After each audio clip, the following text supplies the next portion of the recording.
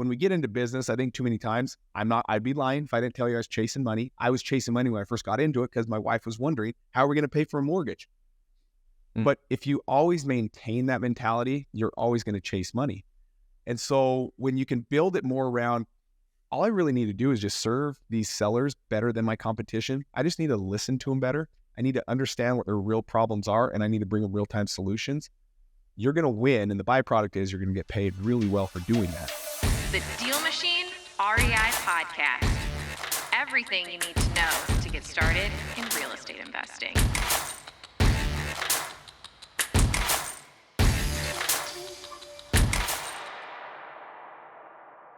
Hey guys, welcome back to the DealMachine Real Estate Investing Podcast. If you're sitting there thinking that you want to quit a job that you hate to build a life that you love, this podcast is all about teaching you the proven business model of wholesaling real estate, a way to get into real estate investing without a crazy amount of money. And we've got a special guest with you today that's a veteran in the industry. He's actually built multiple Inc. 5000 businesses. He was the co-founder of Wholesaling Inc., the #1 real estate coaching program across the nation, and is now the co-founder of Joe Homebuyer, which is a leading real estate franchise. So Cody's coached himself over 3,000 students on how to successfully build their real estate business. And he's also sold $5 million in coaching, in addition to launching 75 different Joe Homebuyer franchises. So I know you're going to learn a lot from this episode. And if you guys have gotten any value from this podcast so far, please take a moment and hit the review and subscribe button. Leaving a review helps us make more content to get you over the edge to financial freedom. And so, Cody, it's so great to have you here. Tell us, after doing that many real estate wholesale deals, over 1,000, I think, is actually your number over the past 8 years, can you bring us back to that very first deal that you did and how much money that you made on it? Oh my goodness. Well, David, Ryan, first of all, thank you for having me on here. The first deal is the special. You're welcome. Right? The first deal is a special deal. I don't know if anyone forgets their first deal, no matter what the size amount of the actual money is.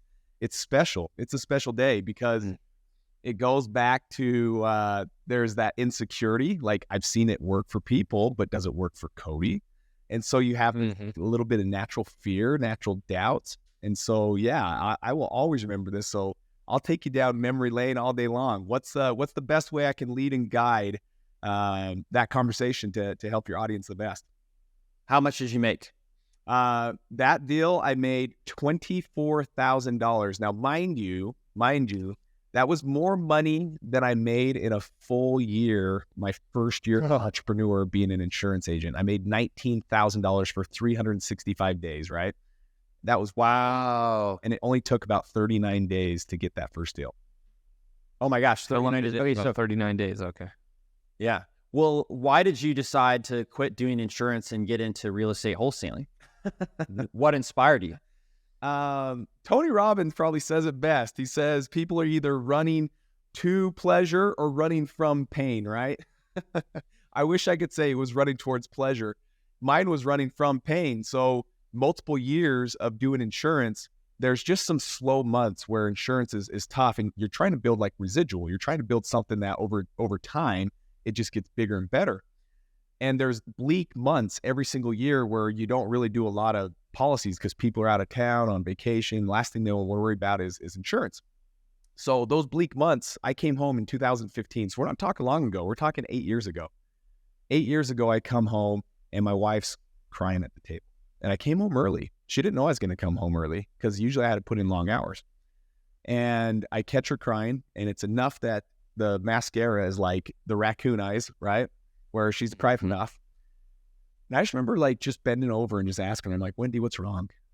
And she looks up, she's like, do we put food on the table or do we pay for the mortgage this month? And I'm just like I'm in insurance 5 years, gentlemen, like 5 years. It's not like I'm just on my first year or second year. I'm into this 5 years, and we're still having months where we have to figure out, do we put food on the table or do we pay for our mortgage? And the coincidence, not so coincident, is for the past 5 years, through that whole entire time of being an insurance agent, this inspired thought comes to my mind: insure investors. So I'd been going to local real estate investor associations for 5 years, guys, 5 years. And I didn't listen one time to anything real estate. I was just sitting there thinking, You're just trying to sell them insurance. that's it. Who's my next victim? Like, who's my next person that has multiple homes, awesome cars? Like, who's my next person that, oh man, that guy says he has 20 rentals. I'm talking to him right after the show. And that's all I could think. I was just so singly focused on insurance. But after I saw my wife crying, still wondering how are we going to pay for the mortgage, 2 days later happened to be the next Real Estate Investor Association meeting. And a gentleman stands up and he says, hey, I just did this deal and 3 days later I assigned it. It's called wholesaling and I make $29,000. And I'm sitting there thinking, wait, what? Yeah, that's more than you made in your year of selling insurance. Oh my gosh. Yes. Like 10 grand more for 3 days of work. And I'm sitting there thinking, what am I missing here? Like I've been hearing this and I insured this gentleman so I could trust him. He was like very trustworthy individual. So I went up to him afterwards and I said, hey, I want to learn how to do this. And he says, Cody, you're one of the most driven individuals. I feel like if I teach you, I'm training my biggest competitor. He's like, you're just a driven guy. He's like, I don't know if I can teach you. And he told me just straightforward like that. And I'm like, I didn't know if I thought that was cool because he thought I was driven or if I was like, you son of a gun, like be abundant. Let's go. Like, I want to learn. Mm-hmm. And that led me to down the road to, which again, everything hindsight, you have 20/20 vision, right? That led me into meeting Tom Kroll at Wholesaling Inc. And he was the one that taught me how to do my first deal. I mean, it was just a little small mom pa, like Tom coaching a handful of students at this time. And he taught me how to do my first deal, how to go out there and take massive imperfect action, just fail your way forward and just put a smile on your face and just go out there. Yeah, you're going to make a ton of mistakes. It's okay. Get out there. He was my biggest cheerleader. And so 39 days later, $24,000 deal. And that changed everything. That's when it was like faith to fact. That's like Cody. Yeah. It's in my bank account. Let's go. Yeah. Well, I think that was funny. You said it doesn't matter how much you make in your first deal because just doing it actually teaches you that it's possible. And now you've got this whole world unlocked. But you made $24,000. So that was pretty freaking sweet first deal. It was significant. Hey, what did your wife think about that? That was a split. That's the other thing I think that's crucial about this story is be okay to partner with people to get it right. Like, be okay to partner with people. Yeah. Be okay that the people that you want to trade places with, that you actually would say, hey, I would love to be in this guy's place for the information that I'm receiving. Maybe they're not great at everything, but this individual is a local investor here in my market. So even though I had a mentor, Tom, teach me how to do it, I still lack that like, oh, do I really know how to do this? So I joint ventured. I actually partnered with a local guy to go with me on my first appointment to get it. We split it 50-50. So it was a $48,000 deal. My cut was $24,000. So was this. But I'd rather have 50% of something than 100% of nothing. And I think that is true. I catch people just wanting to be greedy and hoard it all, and then they never do a deal. And you for time, and now they start to lose confidence. They never get into the game. Right. I'm so glad that worked out for you well, because a lot of people will find these deals, but then they're worried about finding the buyers. But you could partner with somebody who's existing in your market to find the buyer. Is that what this other person did? Was you found the deal and they found the buyer? That's exactly right. Well, they helped me. They went on the appointment so I could hear, like, what is it like to talk to people? How do I do it? Where do I feel like I could add a little bit of like Cody to it to make it actually better? But at least I get to witness someone that knows what they're doing, that's done many, many deals, and just get to like experience it firsthand and then throw my little zip to it the next time I go by myself. And and then he had the buyer that was ready to buy it. So it was a fantastic deal. And I tell people all the time, it's smart right out the gate to partner with people so you can get to the destination quicker than all that learning curve that can take a lot of people a long time. So I've heard somebody say, if I'm going to partner with somebody, how do I make sure they don't get the deal out from under me and cut me out of the deal? So do you have any advice for somebody who has that fear? Yeah, I think that's a fear set mind. I think that is a lack of abundance. And what they have to understand just simply is, don't ever just shake a hand and say, okay, I trust you implicitly. That's what contracts are for. Contracts protect. Yeah. And so as long as you have a contract that says, Cody Hofhine is the buyer of this, and yes, I will joint venture with you. They can't steal it from you. I mean, they physically can't. There's a contract in place, and they can't bypass that contract. And so, I would say, yes, if you're looking at someone that you're like, I want to trade places with them. Hopefully, you're not trying to trade places with a shyster. Like, hopefully, you're not trying to trade places with people that are just bad business. And so, I found people that match my values, match my morals. So find that person and someone that you trust, know, like, and I've never had to think that way because I've always known also a contract protects me. Right. One time I had, go ahead. One time I think that's great. You go ahead, Ryan. Okay. Sorry. It's delayed here. One time I had a contract in Kansas City, and I had put it out on the marketplace, Kansas City marketplace, and I had another wholesaler that reached out and said, hey, I'll help you with this if we'll do 50-50. I said, yeah, no problem. Let me send you my JV contract. And he's like, I don't do JV contracts, but I'll make sure you get your cut. And I walked away from that. I was like, I'm not doing that. But I didn't want to break that relationship either, because I'm like, he may have something that I need in terms of connections and buyers, but his approach towards me is, I have the deal. I'm the one that has the deal, but he was wanting basically me to relinquish that to him, and maybe I not walk away with anything. And I didn't know what to say to him. I'm just like, well, I really would prefer to have a contract, but I was so put yourself in that. What would you say if somebody approached you that way? Because to this day, I still don't know how I should have handled that.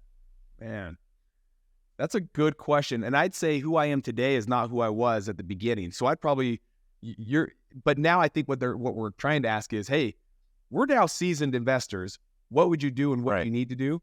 You need to just approach it like a leader. A leader doesn't back down or back away from what his process is. And so a leader would just stand up to this individual and say, hey, listen, I appreciate this. Like, I appreciate the fact that you want to help me and that you have maybe some buyers out there that want this. I do have to follow this process, though, just to make sure I get it all dialed in the way I need to.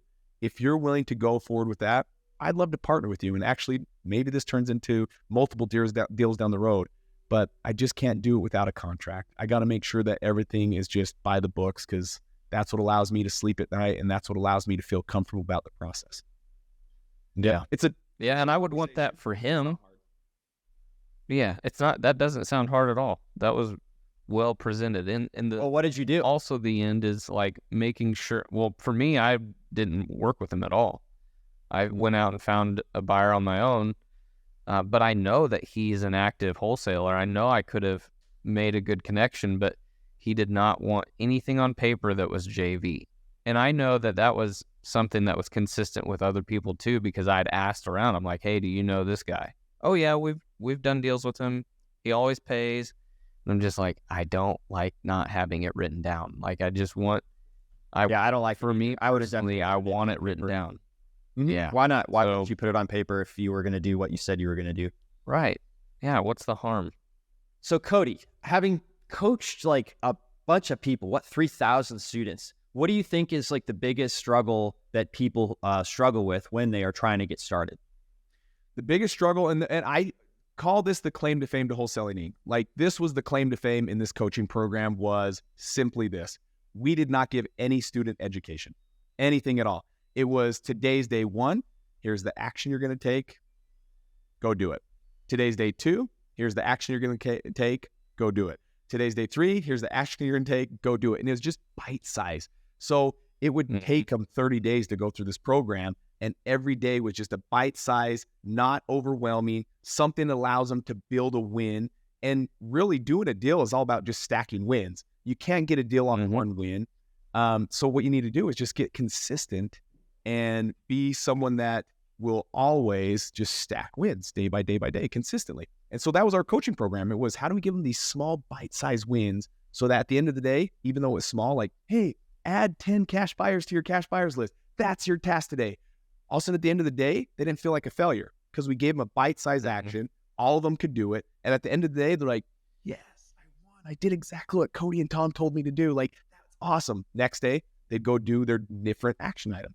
It's just stacking small and simple wins that lead us to our first deal, period, the end. And then the other thing is imperfect action. I see too many individuals sitting at home, building a perfect plan.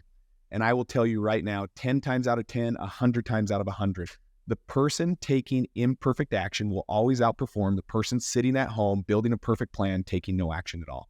Action trumps perfect plans all day long, 100% of the time. Yeah. I mean, a thing that I do like about what you said there is you guys have obviously done a lot of wholesale deals yourself. Yeah. And one thing I've noticed is if you try to listen to somebody who hasn't done exactly what you want to do, they'll give you advice and I will kind of like doubt their advice. Like I've been trying to learn, I know you're a guy who does tricks behind boats. I've been trying to learn wake surfing this year.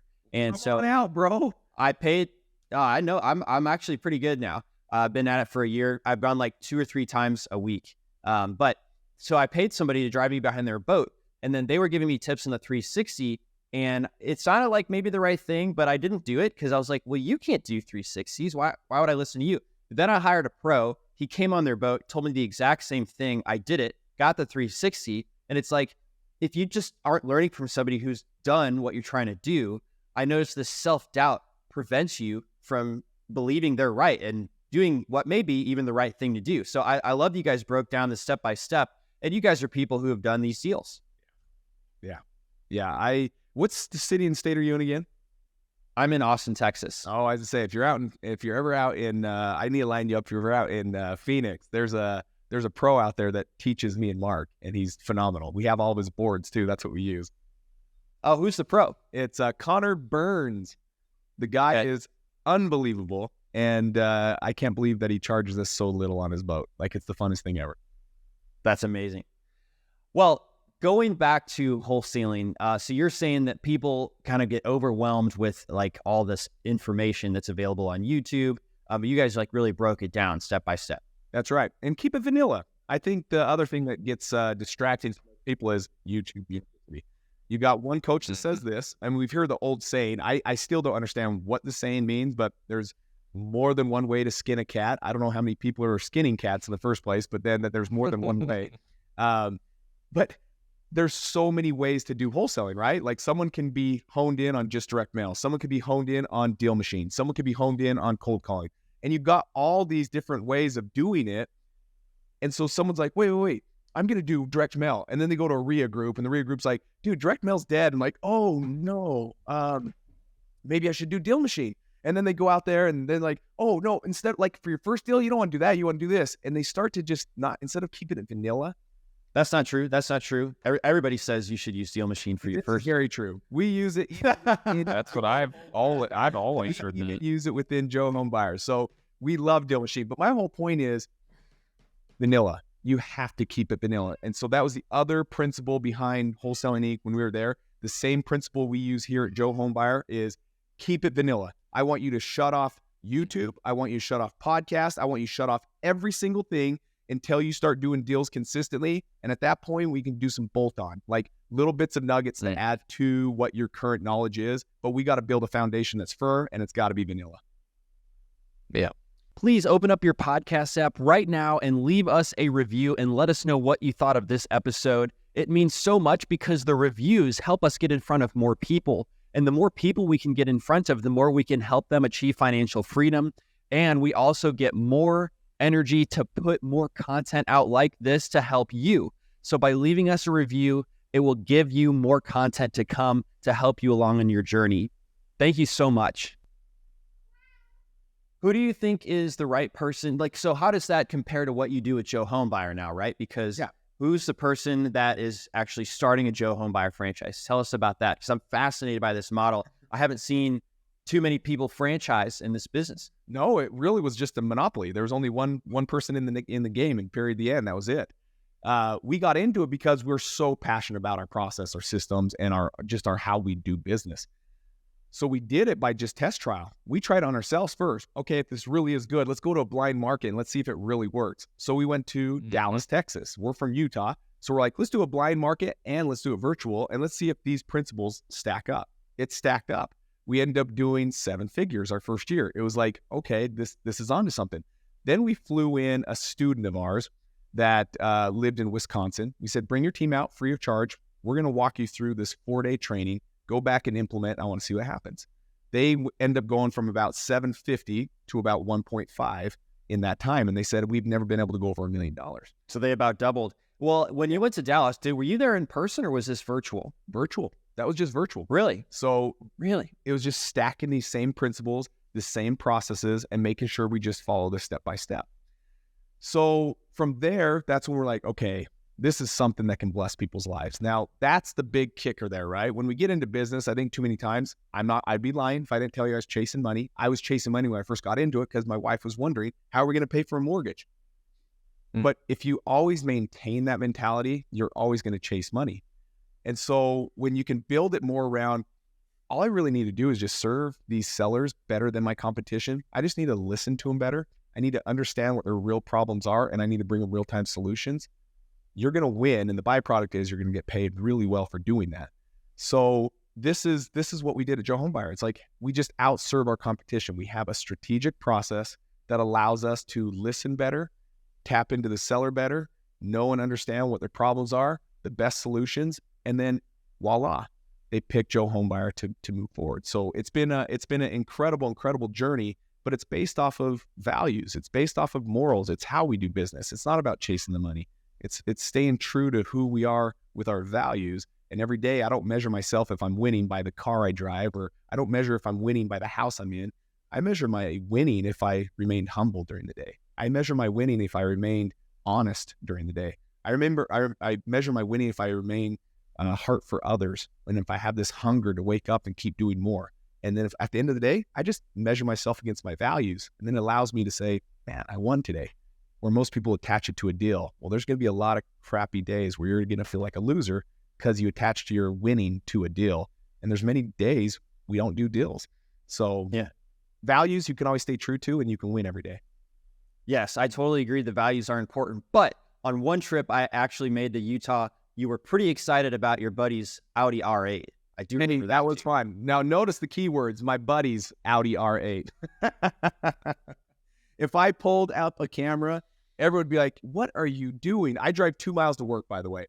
I have you're going to laugh. You're not going to believe me until I put a camera on it. 2007 silver Toyota Corolla. I know. Now, is that important to you? No. Is that important to you to not show your wealth? No, it's just, I don't need it to, I don't think it's wrong for anyone to have a nice car or a nice house. We do have a nice house. That's a place where we create memories. And I don't think it's wrong for anyone to have a nice car. For me, it feeds my ego. It doesn't feed my confidence. There's a difference.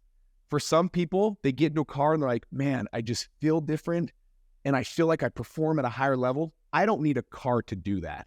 I naturally can wake up and I'm ready to spit and chew like bullets all day long. Like I don't need anything to drive me. So there's individual, but when you see people buy things and all you see is an increase of ego, I challenge that. I question that. And if I bought nice things, it would grow my ego, and I want to keep that in check. Yeah. Gotcha. I love hearing your perspective on that, man. So who's the right person that would start a Joe Homebuyer franchise, or who do you look for, compared to somebody that you would coach to get their first deal? So good. Wholesaling Inc., we could take anyone, right? I mean, we're talking a $5,000 program. And so a Walmart bagger, as long as they have a couple credit cards to swing together, they could do it. And you could do it on a shoestring budget back then. We're talking 2016 when me and Tom blew that thing up. And so you can kind of take it to just, hey, we're going to get your first deal, and you can do it on a small budget. That is not our avatar. In fact, if someone came to me and said, I have $5,000, I'd be like, awesome. I need you to introduce yourself to a coach or a mentor, but we can't do that. So our avatar, if they've never done a deal, they need to have $150,000 in their bank account. Why? Because there's a franchise fee of about $50,000. And then I need some runway, because all we really need to do, which most people are afraid to do, and we hear this from probably 10 out of 10 people, if they say, what's the biggest problem? People don't dare to spend the money they need to spend to get the deals. Like they still try to stay cheap, and they're like, I want to do 10 deals. Okay, well, you're spending $1,000 a month. That doesn't equate. It's not going to happen. It will never happen. and they think that, oh, I can outwork this. I know I'll spend $1,000, but I'm going to work these leads. Well, good luck. Like, good luck. You probably won't even get one contract off that nowadays. I mean, the cost per contract's gone up significantly since 2015 when I first got in. So our avatar What is changed. What is the cost per contract, would you say, and how does that change in different markets? Because you would definitely know, because you've got 75 different franchises out there. Yes, I would say most small markets. So you got mid-size, you got major markets. You got like a Dallas is a major market. Salt Lake's a major market. I mean, it's not unheard of to hear $11,000, $12,000, $13,000 cost per contract. Gotcha. And even some of your small markets are now 45 up to 65. I would say an average cost per contract is probably 75 to 10, 7,500 to 10,000 cost per contract. Okay. And then what's the fee that you're seeing being done on those as well? For like the front side for the territory, or just the ongoing? If you're going to spend $10,000 to get a contract, what would you expect to make on that contract? Yeah. What we're hoping to do is at least a 4-to-1 ratio. For every dollar spent, $4 comes back. Gotcha. Do you have any other ratios that are helpful at keeping your back pocket? That's a good one. No, because at the beginning, there's so much head down. So your audience is like, how do I do my first deal? Like, I don't care about this 10 grand budget, Cody. I'm trying to just shoestring my first deal. Here's what I would tell you is cut your excuses in half and triple down on your action. Like, don't tell me when you wake up, but I'm tired today, or I've got work today, or oh man, I'm supposed to go to this movie with my friends tonight. Cut your excuses in half. The people that are going to make it in this business are the ones that don't have excuses. In fact, we always tied it this way. If I kidnap your kid tomorrow and I say, you're not getting your kid back. In fact, in 30 days, if you don't bring me a wholesale deal, you'll never see your kid again. I can promise you Get a deal. that individual would not say, I need to find a wholesale deal, but I'm supposed to go with my friends tonight. I mean, you would not be sitting at home on a couch watching YouTube. You would not be sitting on the couch watching Netflix or binge watching your series. And I want people to treat their business that way. No one's kidnapped your kid, but if you would treat it that way, you'd see your why changed instantly, because now someone kidnapped your kid. I got 30 days. I promise you it won't take me 30 days to find a deal if someone takes my kid. I'll find it in one day. Why? Because I get resourceful to the resources available to me. But then when no one has that pressure on us of kidnapping a kid, man, too many excuses come out. It's just hard. I feel like my market's busted. I don't know. I just feel like direct mail's dead and I wasted my money. I feel like, and you just start hearing these excuses. So I'd say for a beginner, cut your excuses in half and triple down on your action and go get yourself a deal. Yeah, that's really good advice. Cut your excuses in half. So I'm curious, we know the ratio, could be $7,000 to $10,000 to get a deal, and then you would expect to get 4x. So as much as $40,000 from that type of deal. I mean, you can shoestring it together though, right? I see people spend a lot of time like driving for dollars and end up spending less to get a deal. And I know you guys drive for dollars too. So how do you build in that driving for dollars to the other, how do you think about that? Why do you still drive for dollars even though you guys have big budgets? Oh, it's crucial, first and foremost, to diversify. This is no knock against any one marketing channel. So clearly not a knock against DealMachine when I say I couldn't rest on my laurels in just one marketing channel, no matter what that marketing channel is. Why do I love a marketing channel that's provided, for example, DealMachine? Allows me this app to just beautifully go out there, start pinning homes, and start reaching out to these individuals. Because I need deal flow. And deal flow doesn't just come from one channel. I diversify and have that marketing budget high so I can put money in multiple marketing channels so that instead of those highs and lows, which is very, very real, I mean, very real. When people talk to me like, oh man, last month I did 2 deals, and then all of a sudden they're down here and like, oh man, I haven't done a deal in 2 months and it's so hard. And then next month they're like, yeah, I got a deal this month. That roller coaster, 9 times out of 10 when I talk to that individual, it's because they have one marketing channel. So how do you make this roller coaster turn into something that's just steady and consistent? You have to diversify so that when driving for dollars is not producing a deal this month, it's okay. Maybe direct mail is, or maybe PPC is, or maybe SEO is, or maybe Facebook leads are, or maybe cold calling is. And so everything is cyclical. Driving for dollars direct mail, PPC, everything's cyclical. And what we're trying to do is just take out the roller coaster by having multiple marketing channels at the same time. Gotcha. I've not heard it explained that way before. That makes sense. At what point would you recommend diversifying? Because I feel like a lot of people start with too many things and nothing works. Yeah, I can very much appreciate that and agree with that. So with an audience that is like doing their first deal, I think you're kind of struck to doing just one. And I do believe that driving for dollars, the one thing that's very unique about that is if I can go pull a list of tax delinquents, so can everyone in the state of Utah. Yep. Driving for dollars is very unique in everyone's market because it's your list. No one else has the exact list as you, meaning the likelihood of competition on that list drastically gets cut.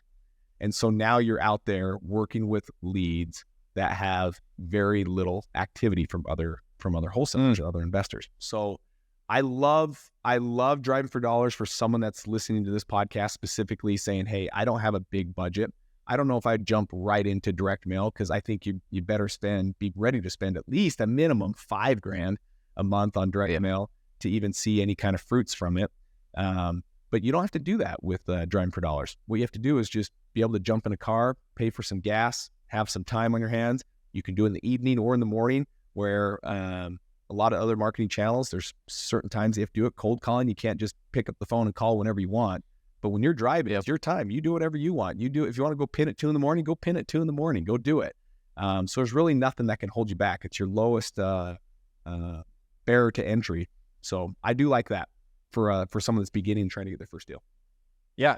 Well, I'd love to. Big for us too. Even with our new hire, like we just brought in a new acquisitions person, and the only task I had given him for his first 30 days is go and get a deal. Yeah. That's your job. I'm putting you on a 30-day wholesaling challenge. This is how you're going to generate your leads. You're going to go out and drive for dollars. You're going to get your own list. And then the process begins. You start cold calling. You're going to start looking for your buyer. I know what worked for me. I know I had a 30-day window to get a deal. And so for me, anytime I consider bringing somebody in, it's just I'm doing it, what worked for me, I'm making them do as well. You have 30 days to get a deal. Yeah. And then after that, they get comfortable with how the process works, how driving for dollars works, how cold calling works, all of those things that make getting a deal work and the steps to getting a deal, they get comfortable with that. And then if it's important to them to keep income, they start building on those successes, and they have not just one deal, they have 2 deals, then they have 3 deals, and everything starts coming up together. The biggest thing for us, I always call it the parachute effect. So I've never done skydiving, but I imagine when you jump out of the plane, you have a huge rush, like the speed, you're free falling. It's got to be like the most exhilarating thing. But what happens when you pull that chute?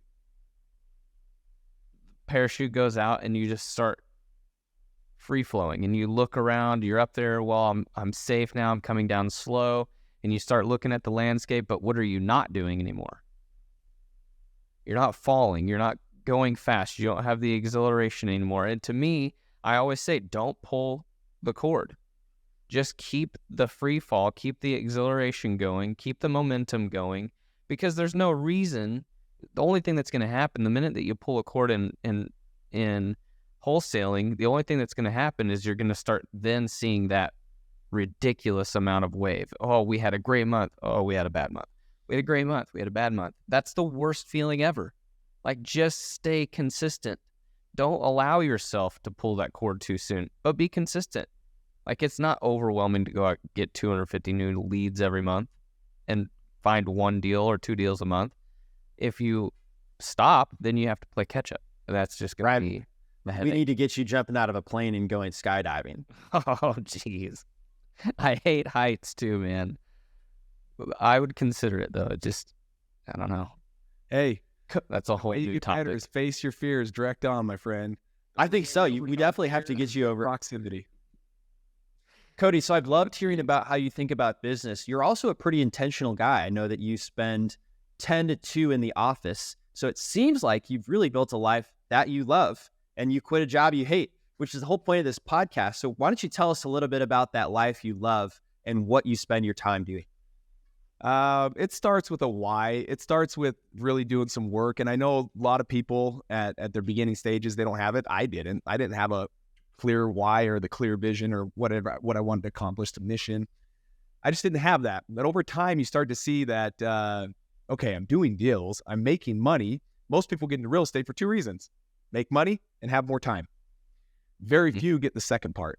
You're going to realize when you take the right action, you're going to get a deal. Deal's not the problem. I think that's the easiest part. The hard part is watching entrepreneurs that never gain time. In fact, they lose time. Instead of working 9 to 5, now they're working 8 till 10. And they're working till late. Yeah. So they never find time. So it was being intentional about, okay, what do I want to do? And then after you start doing deals, what happens if you keep doing the deals, you start getting comfortable and confident that no one can do it as good as me. How many times have we heard this, gentlemen? Like, I just don't dare to hire an acquisition manager. I just don't think they care about my leads like I do. I just don't think anyone can close the way I close. Okay. Well, I'd rather have 2 people doing 80% of Cody Hofhine than Cody Hofhine doing 100%, like all day long. Yeah. Because those 80% now allow me to have more time with how I deem to do it. Now, everyone can define what they want to do with their time. I want to spend it with my wife and kids. And so I had to get crystal clear, right? The clearer the vision, when you have clarity with your vision, what you want to do in life, that then gives you certainty of intent, right? Intentionality is everything. You can go through life and just be like a zombie, just walking dead. And just as the day rolls, that's how I attack it. I used to be that way. I'm no longer that way. I use my morning hours to build just a power punch morning. I have my workout, I have my study, I have my reflection upon what I want to do throughout the day and what I did the day before. I build these powerful moments in the morning when the world's still asleep, when the earth is still quiet. And I do more in those hours than I do at the 10 and 2 in the office. And then what I found out is when I'm in the office, I use that just intentionally. Here's what I'm doing with my 4 hours so I just get the most done. And I would say I probably get more done, and anyone that follows this strategy, it's not my strategy. You can do more than most CEOs of Fortune 500 companies because you're intentional about those 4 hours. You don't need to be there 8 hours just because the world says you need to be there 8 hours. You surround yourself with an incredible team. And then by 2 o'clock, I need to get out. I'm paid to be a visionary. I'm not paid to push paper. I'm not paid to do those things anymore. I'm paid to dream big and bring those dreams back. Well, those dreams never happen within the walls of my office. It's always when I'm out on a walk. It's out when I'm on the lake. It's out when I'm up in the mountains. It's out when I'm in Lake Powell. Also, my mind just starts firing. I see these new ways of doing business and what's the next step to get our business to X level. And we're paid as visionaries to go out and bring the vision back. We're not paid to be in the office. So many people are like, well, if I leave, isn't my team going to be offended? Well, then you got to be crystal clear in their communication on what you're paid to do, what they're paid to do. We just don't have that problem. And so there's intention behind it. I just build a morning of intention. I really line up, what do I need to do today? And I just stay true to it. The worst thing you can do is have your phone by your side. It's the number one distraction that's killing every entrepreneur. Or your email up on your computer screen. Like, why did you do that? So that when someone emails you, they get the right to have you email them back right now. It's like, no, like get in your flow state. Email them back at 5 p.m. when it doesn't matter. Don't email them just because they emailed you. Respond later. Get your stuff done. Be intentional about your day, and you'll get more done in those 4 hours than you will in 8, and now you just gain time.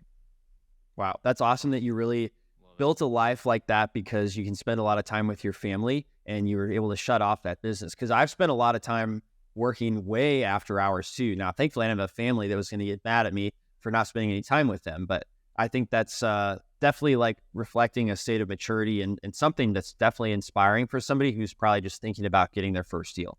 Yeah. Well, and that's the dream, right? Hopefully they're getting the first deal so they can get more time. And that's the hope. But get that first deal. It changes everything. That first deal, gentlemen, I can look at you with smiles on my face and you can smile back. That first deal changes everything. It doesn't mean it's easy. It's the hardest thing, but that hard comes with a massive smile. 100%. Yeah. I'll never forget it. It's amazing. Well, if you've gotten your first deal, hit me up on Instagram. But also, Cody, where's the best place to reach out to you? Is it Instagram as well? Yeah, Instagram. Facebook, I'm really slow at. Let me correct this. I'm slow at social media, period, the end. But the most active I'm on is Instagram. So Instagram's like your biggest chance to reach out to me. please comment on posts that I do. Please DM me. I do take time. It is personally me that does the comments. I don't hire that out. That is personally me because I do love giving back. I think that's part of every entrepreneur's dream is impact. I don't know how big my impact is, but I'll do my best to always give back. Always. Well, it's already 3,000 people, so it's clear that that's a mission for you.